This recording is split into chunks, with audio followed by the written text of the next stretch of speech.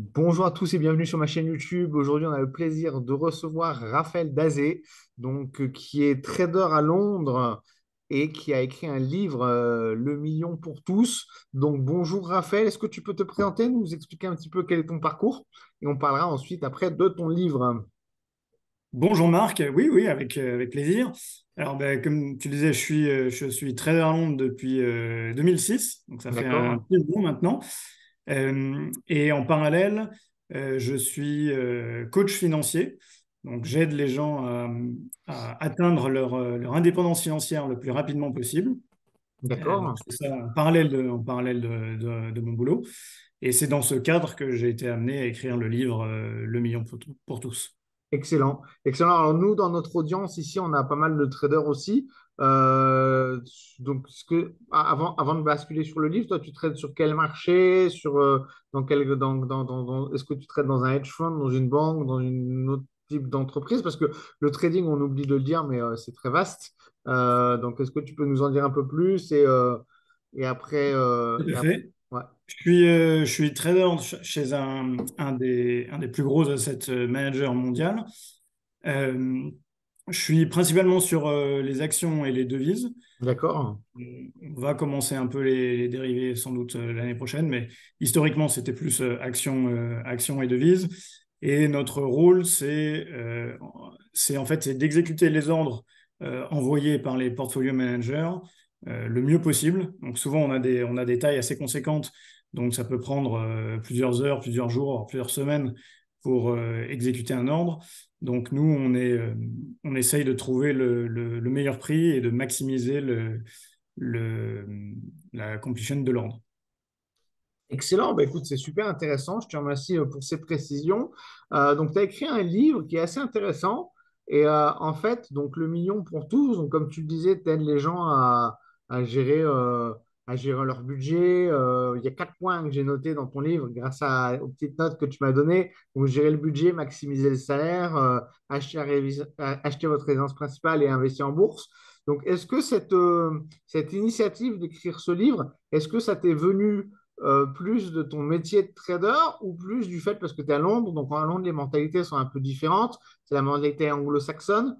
On n'a pas tout à fait le même rapport par rapport à l'argent. Est-ce que, qu'est-ce qui t'a motivé en fait dans le fait que tu vis à Londres ou plus ton expérience de trader ou C'est un pas, peu les deux en fait? c'est pas le fait d'être à Londres, parce que j'avais commencé à coacher des gens en France en 2006. D'accord. C'est plus que j'ai toujours été intéressé par les problématiques financières d'une manière générale, la gestion du budget, les investissements, même les négociations salariales. J'ai d'ailleurs commencé surtout par aider des gens sur l'aspect négociation salariale. Et en fait, c'est le déclic qui a eu lieu en mars 2018. J'ai aidé plusieurs personnes coup sur coup à prendre des grosses augmentations de salaire. Et j'ai été tellement content pour ces trois personnes-là, presque aussi content que si c'était moi qui avais eu l'augmentation de salaire. Et du coup, je me suis dit, tiens, ce serait bien d'être coach plus professionnel, disons, parce que jusque-là, je le faisais plus avec des amis enfin, avec des personnes que je connaissais.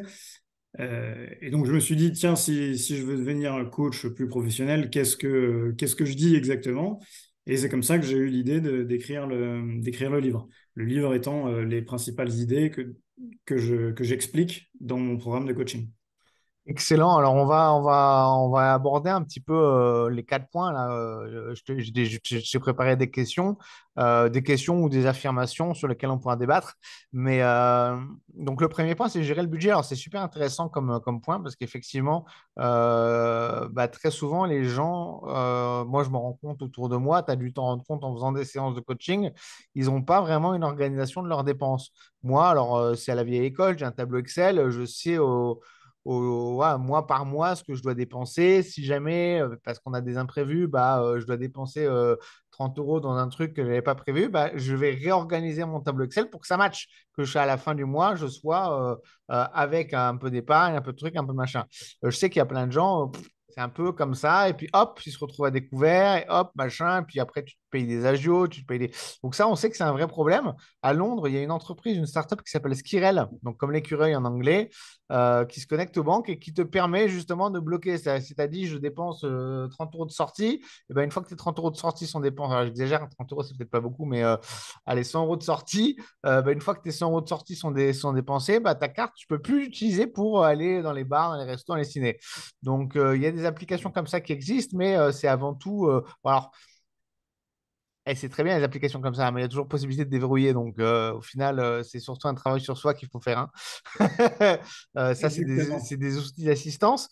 Mais est-ce que tu as des cas de gens qui, à la fin du mois, étaient systématiquement à découvert et finalement, sans forcément gagner plus, parce que c'est ça la gestion du budget, pas forcément sans gagner plus, finalement, arrivent à mettre, alors bon, en fonction de voilà, quelques dizaines, quelques centaines d'euros par mois. Le plus important, je pense, c'est de réussir à mettre de l'argent de côté tous les mois. Après, la somme, on l'a fait évoluer au fur et à mesure de son évolution professionnelle. Exactement, c'est ce que je recommande tout le temps. L'habitude à prendre, c'est de mettre quelque chose de côté. Et on peut commencer avec 10 euros ou 20 euros par mois, c'est pas un problème. L'essentiel, c'est qu'on ait un plan ensuite pour augmenter ce taux d'épargne. Il y a plusieurs aspects. Souvent, les gens, ils font pas leur budget parce qu'ils ne se rendent pas compte qu'en épargnant un petit peu chaque mois, on peut atteindre des énormes sommes en fin de carrière. Donc, il y a une absence de perspective. Et du coup, si on ne sait pas qu'on peut devenir vraiment riche avec même une petite épargne, ben on est moins tenté de le faire tous les mois. Après, il y a justement des techniques. Il vaut mieux, par exemple, se payer, épargner en tout début de mois. Dès qu'on reçoit un salaire, mettre une partie de côté. Comme ça, on est sûr d'avoir épargné quelque chose.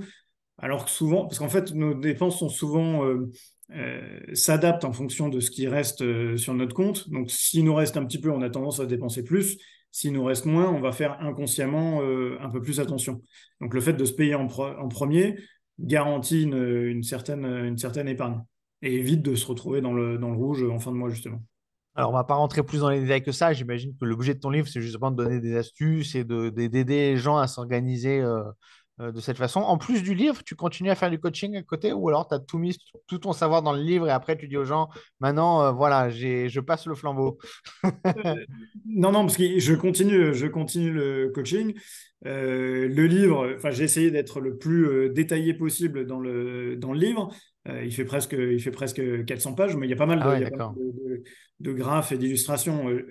Mon objectif, c'était vraiment qu'il soit facile à lire pour tout le monde, même des gens qui ne s'intéressent pas forcément aux investissements à la bourse notamment. Donc, j'ai essayé de le rendre facile à lire, mais il est quand même assez détaillé. Mais après, le coaching, c'est pour les gens qui veulent aller plus vite ou qui ont besoin d'aide qui ont besoin d'aide pour mettre Pour en la mise en place. place, ouais, voilà, c'est ça, pour la Ouais, mise en place, exactement. ouais. Parce que souvent, on lit le livre et puis il y a tellement de choses à faire qu'on ne sait pas forcément par où commencer. Alors, c'est écrit dans le livre, mais pour certains, c'est pas suffisant. Et du coup, je continue à avoir pas mal de coaching. Ouais. Alors, tu expliques aussi hein, dans ton livre, pareil, je ne vais pas te demander de tout dévoiler, ce n'est pas l'objet aujourd'hui. L'objet aujourd'hui, c'est d'essayer de mieux comprendre ce que tu proposes, potentiellement pour que les gens qui seraient intéressés puissent. D'ailleurs, je mettrai les liens, tous les liens en description, hein, les liens de ton site et ton livre en description. Maximiser votre salaire. Alors, ça m'a intrigué. Parce que, bon, bah, Ça intrigue pas mal en ouais. général. Donc, est-ce que tu peux nous en dire plus? Parce que, bon, alors, moi de ce que je sais, euh, ça, c'est ce que j'ai appris, hein, c'est que beaucoup font l'erreur, tu me diras si je me trompe ou pas, mais beaucoup font l'erreur de ce que faisaient nos parents. C'est-à-dire, nos parents, ils restaient 30 ans, 35 ans, 40 ans dans la même entreprise, au même poste, et voilà. Et ça s'arrêtait là. Et après, ils partaient à la retraite. Or, moi, on m'a toujours dit que si tu es à plus de 2 ou 3 ans dans la même entreprise et au même poste et que tu n'as pas évolué, c'est soit qu'il faut que tu évolues, soit il faut que tu changes d'entreprise parce que tu n'évolueras pas voilà. Donc, est-ce que c'est un peu ça que tu as? Est-ce que c'est un peu la même vision que tu partages? Est-ce que C'est pas forcément, on n'a pas forcément besoin de changer de boîte pour augmenter son salaire, mais c'est sûr que l'embauche est le meilleur moment pour négocier le salaire. Donc, Hum, a priori, si plus on change de boîte, plus on a d'opportunités d'embauche. et d'augmentation de salaire. Donc ça, oui, ça, je suis d'accord. Mais pour ceux, moi, ça fait 16 ans que je suis dans la même société. Bon, j'ai quand même réussi à à évoluer. évoluer, à évoluer. C'est sûr que les augmentations de salaire, quand on reste dans la même société, sont souvent un peu plus faibles que quand on change de société. D'accord, Et d'accord. globalement, les trois étapes que je donne, c'est un, d'abord de faire attention bien choisir son secteur et son métier, trouver un métier qui nous plaise et dans des conditions qui nous plaisent. Parce que souvent, on arrive un peu, quand on commence sa carrière, on arrive un peu par hasard dans un secteur et c'est pas forcément celui qu'on a choisi. C'est sûr que quand on aime bien son boulot et son secteur, c'est plus facile de s'épanouir et de travailler beaucoup plus, quoi. Mhm. Non, c'est Euh, sûr. Ça, c'est le premier point. Le deuxième, c'est justement de surperformer. Parce que il y a vraiment que les personnes qui sont, disons, dans le quart des meilleurs employés, s'accaparent la grosse partie des augmentations de budget. Donc, si vous voulez avoir une grosse augmentation de salaire, il ne faut pas être juste dans la moyenne. Il faut être Ouais, parmi les meilleurs. faut pas carburer à bloc juste pendant la période d'essai, hein. Ah, Mais ça, exactement. tu donnes des astuces du coup dans ton livre parce qu'il y a des gens aussi qui osent pas, hein, peut-être aller demander des augmentations, qui sont très performants, qui sont très compétents, mais qui osent pas. Donc, est-ce que c'est dans ton livre, peut-être plus dans ton coaching, que tu vas aider aux gens à aborder le sujet du salaire et à Ouais, aider non, à. les deux. Il y a 70 pages au total sur comment maximiser son salaire d'une manière générale. Et parmi ces 70, il y en a 20 qui sont purement sur la négociation. Donc il y a D'accord. plein de. Il y a pas mal, enfin, c'est très détaillé. J'ai fait pas mal de recherches. C'est basé sur toutes mes expériences personnelles, plus pas mal de recherches justement sur ces thématiques de négociation salariale. Ah, super, super, excellent. Alors après, le quatrième point, alors ça, moi, je suis plus mitigé par rapport à ce que tu affirmes dans ton dans ton troisième point sur le livre. Tu achetais votre résidence principale. Alors, je suis plutôt mitigé parce que il y a d'autres théories, il y a d'autres personnes qui vont dire non, au contraire, si tu achètes de l'immobilier, il faut que ce soit de l'immobilier d'investissement, faut pas habiter dans ton logement. Vaut mieux investir en bourse plutôt que de payer un crédit.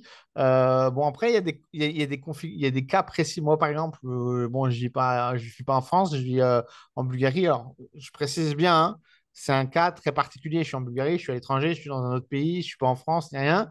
Mais moi, clairement, ce n'est pas du tout intéressant pour moi d'acheter un bien ici parce que les taux d'intérêt sont très élevés, les loyers sont très bas. En fait, en Bulgarie, il y a 95% de la population qui est propriétaire parce qu'il y a eu la redistribution après le communisme. Et du coup, en fait, la location, elle est vraiment super abordable. Alors, ça monte, ça augmente, hein, comme tout au fil des années, ça augmente. Mais concrètement, j'ai fait mes calculs. Moi, en tout cas, dans mon cas précis, c'est beaucoup plus rentable de louer un appartement qui me coûte mais vraiment enfin, moins de 400 euros pour tout vous dire, plutôt que de faire un crédit pour acheter un appartement où ici, les appartements, ça vaut 250 300 000 euros. Avec un taux, aujourd'hui, les taux ici sont très élevés, c'est du 8-9%. Alors, même si ce n'était pas du 8-9%, sortir 300 400 000 euros de crédit avec même un crédit à 3%, alors que je paye 400 euros de loyer, le delta, moi, je préfère le mettre en bourse. Mais Mais de bon, toute façon, ça, il y a toujours des cas particuliers et habiter à l'étranger, d'une manière générale, enfin, je l'ai connu en habitant à Londres, ça complique ça complique nettement les choses, hein. nettement les choses. Par rapport à ton premier point sur investissement immobilier ou investissement résidentiel, euh, en fait, pour moi, l'essentiel, c'est de prendre un emprunt Ouais, pour acheter un appartement. Parce qu'avec l'emprunt, on a un effet de levier, et du coup, ça augmente normalement la performance sur le long terme assez sensiblement. Après, entre immobilier résidentiel et immobilier locatif, euh, perso, je préfère le résidentiel parce qu'il y a moins de risques. Je sais que je vais me payer mes loyers. Enfin, il n'y a pas de risque d'absence de loyer. C'est moi qui habite dans mon il appartement. n'est En pas général, impayé. Ouais. et puis, ça aussi, l'achat pour soi a aussi une dimension. On est chez soi, on est. C'est sûr, Alors ça, c'est bien. C'est pour ça que c'est ce genre de choses, c'est plus compliqué quand on est étranger. c'est Mais sûr. il y a un aspect non financier qui est aussi important. Mm. Ouais, ouais, non, c'est sûr, c'est sûr. il y a l'investissement émotionnel et psychologique d'être chez soi, quoi. Exactement, exactement. Et alors, quatrième point, là, je pense qu'on est tous d'accord. En tout cas, moi, ça fait des années que je travaille dans ce domaine-là, dans le domaine du courtage en bourse, dans l'investissement. Aujourd'hui, j'écris des articles pour Café de la Bourse. Je crois d'ailleurs que c'est comme ça qu'on est rentré en Ouais, contact ouais. à travers LinkedIn pour parler de Café de la Bourse. Donc, l'investissement en bourse, comment investir en bourse, tout ça t'explique comment se. Voilà. Alors, bien sûr, alors là, on est sur une chaîne dédiée au trading, hein. Donc, bien sûr, moi aussi, je fais du trading. Là, on ne parle pas de trading, on parle d'investissement long terme. On parle de. Je le rappelle à l'audience, hein, parce que c'est vrai qu'en statistique, quand on fait du trading et qu'on est particulier seul chez soi, les statistiques sont désastreuses, hein, 80% de perdants. En investissement long terme, si on investit, alors je suis plus exactement sûr, mais tu pourras peut-être me le confirmer, mais les statistiques, si tu investis sur le CAC 40 à horizon 7-8 ans, peu importe le niveau auquel tu as acheté le CAC 40, tu as 95% de chances de faire du 7% par an. Je crois que c'est ça à peu près les statistiques. Donc, l'investissement, effectivement, voilà, c'est quand même un truc indispensable, surtout qu'on parlait tout à l'heure de gérer son budget, d'augmenter ses revenus. Si on n'investit pas avec l'inflation, on perd son temps en fait, hein. Exactement. En fait, pour moi, le but de cette quatrième partie des investissements, c'est de générer une seconde source de revenus, en plus du salaire, qui va permettre de remplacer progressivement le salaire. Et donc, quand on investit, il y a aujourd'hui des méthodes faciles d'investissement en bourse qui n'existaient pas il y a 50 ans. Il y a 50 ans, on était obligé de choisir des stocks une par une. Il fallait qu'on regarde les bilans, qu'on regarde les cours, etc. Maintenant, on peut, grâce aux ETF, ces fonds qui regroupent des dizaines, voire des centaines ou des milliers même de valeurs, on peut, avec un seul titre, avoir une diversification maximale, des frais très faibles, et les frais sont très importants dans la performance totale. Ce qui fait que du coup, la performance nette des ETF est meilleure que la plupart de la performance nette des autres fonds. Mm. Donc pour les personnes enfin même moi à titre personnel, j'ai beau être trader de jour, euh, tous mes investissements à côté sont dans des ETF. Alors, il y a les ETF, il y a aussi les les fractions d'actions, les actions fractionnées qui se démocratisent énormément. Je ne sais pas à Londres si tu en entends beaucoup parler, mais ici en France, en tout cas en Europe, il y a Trade Republic. À Londres, il y a le Shares, je crois, qui se démocratise beaucoup. Donc, tu as beaucoup d'acteurs qui proposent d'acheter à partir d'1 euro d'une action. Donc, derrière, c'est des titres de dette, des genres d'obligations qui détiennent les actions. Donc, ça aussi, ça se démocratise. Bon, c'est vrai que l'avantage de l'ETF, c'est un panier. Donc, la diversification est faite. Il n'y a pas besoin de faire ce fameux stock picking. On le prend Exactement. et le travail est déjà mâché. Mais sinon, oui, à propos de démocratisation de l'accès à l'investissement entre les fractions d'actions, entre les fractions d'obligations, entre les ETF, tout ça, on a aujourd'hui voilà, tous les outils, même si on ne gagne pas beaucoup d'argent pour investir. Et j'insiste, moi, souvent, je le dis souvent aux gens, même 10 euros par mois. Alors, 10 euros par mois, c'est sûr qu'en bout de ligne, ça ne fait pas grand-chose. Mais si tu commences à mettre 10 euros par mois là, peut-être que l'année prochaine, tu pourras mettre 20, 30, 50. Peut-être que tu pourras augmenter. Et si on arrive à mettre déjà 100, 200 euros par mois, et ben finalement, en fin de vie, j'ai envie de dire en retraite, ça fait un beau capital de départ. Alors justement, et ça va être la conclusion, parce que là, on a parlé de gérer son budget, d'augmenter son salaire, d'acheter sa résidence principale, d'investir en bourse. Pour certains, ça paraît une montagne insurmontable, alors que je voyais dans le petit rapport que tu m'as envoyé, tout ça, on peut le faire à partir de 1500 euros par mois de revenus, c'est ça? Ouais, enfin, c'est même pas à partir. J'ai pris dans mes simulations le salaire médian en France de quelqu'un qui commence à travailler, et c'est 1500 euros. Et parce que j'avais autour de moi plein de gens qui me disaient, mais c'est pas possible, une personne normale en France peut pas devenir millionnaire. Et donc le but de mon livre, c'était de montrer que c'était possible. Et donc cette personne qui commence avec 1500 euros, qui suit les quatre idées dont on vient de parler, peut arriver à devenir millionnaire. Alors, ça ne se fera pas en 2 ans, ni en 5 ans, ni en 10 ans, mais à la fin de sa carrière, elle devient millionnaire et après, elle finit largement au-delà en fin de vie. Donc pour moi, je voulais montrer que c'est possible. Il faut rien faire d'extrêmement difficile. Tout est à la portée de tous. On n'a pas besoin de gagner au loto, on n'a pas besoin de créer une boîte. Bon, gagner Euh, l'auto, ça aide quand même, c'est sûr que ça aide, ça irait plus vite. Mais on n'a pas besoin de ça pour y arriver, quoi. Et pour moi, c'est important j'insiste sur ce message que tout le monde peut y arriver en faisant des choses qui sont relativement faciles. La difficulté, c'est de tenir cette régularité, d'arriver à épargner systématiquement quelque chose tous les mois et de l'investir tous les mois. Et donc, Ok. essayer de trouver une méthode pour automatiser toutes ces actions pour qu'on puisse le maintenir sur la durée. Et, eh ben, impeccable. Ben, écoute, on arrive à la fin de cette interview. Je te remercie beaucoup, Raphaël, pour toutes ces explications. Si vous en voulez plus, bien sûr, il y a le livre, vous pouvez l'acheter. Je pense que c'est la première étape. Ça sert enfin, à moins qu'il y en ait qui veulent gagner du temps, comme tu disais, et qui veulent ou qui ont la paresse de lire 400 pages. Mais bon, si vous Mais sinon, avez. ils peuvent me contacter. Ouais, mais bon, J'offre si vous avez la paresse de des, lire 400 pages pour devenir millionnaire, Sinon, ça mais commence sinon pas bien. Mais, ils me contactent sur mon site. J'offre des coachings gratuits de 30 minutes où on peut ah, justement super. discuter des prochaines étapes. Super, je mets tous les liens en description. Le livre, je pense que si vous avez besoin de mettre de l'ordre dans vos finances, que vous êtes voilà, à la fin du mois, ric-rac, et que même si vous avez un salaire de 1500 euros, vous n'arrivez pas à vous en sortir, c'est ce qu'on entend tout le temps, les gens qui disent bah, je galère, je galère. Alors, je ne dis pas, là, tout n'est pas facile, mais avec une bonne organisation, une bonne gestion de budget et en investissant, alors peut-être qu'effectivement, on ne verra pas, comme tu le disais, hein, on ne verra pas de résultat au bout de 6 mois. Au bout de 6 mois, on verra qu'on a 600 euros en bourse. Bon, c'est pas ça qui va changer grand-chose. Mais c'est avec la régularité, c'est l'argent, les dividendes que vous allez recevoir, cet effet composé. Les gens oublient souvent que l'effet composé, le fait voilà, de réinvestir ce qu'on gagne, etc., ça décuple de façon exponentielle ce qu'on gagne. Et dans le temps, euh, et dans le temps, je pense que tu fais la démonstration aussi peut-être avec des tableaux Excel pour montrer à ce que les gens... parce qu'en fait, ce qu'il faut bien comprendre, c'est que le résultat il va être très long, mais si on vous montre un bout de ligne ce que vous pouvez récupérer, c'est là où les gens se disent en général, ah ouais, quand même. Et là, Exactement, exactement. Et c'est pour ça que, en montrant que tout le monde peut devenir millionnaire, les gens sont peut-être plus motivés à commencer par les petites étapes au début. C'était un peu c'est l'objectif de mon livre. un peu l'idée. Bah, voilà, donc je mets tous les liens en description. C'était un grand plaisir, Raphaël, de te recevoir dans cette interview. Merci. Et puis, on aura peut-être l'occasion de refaire d'autres interviews, peut-être pour parler de trading ou d'autres choses.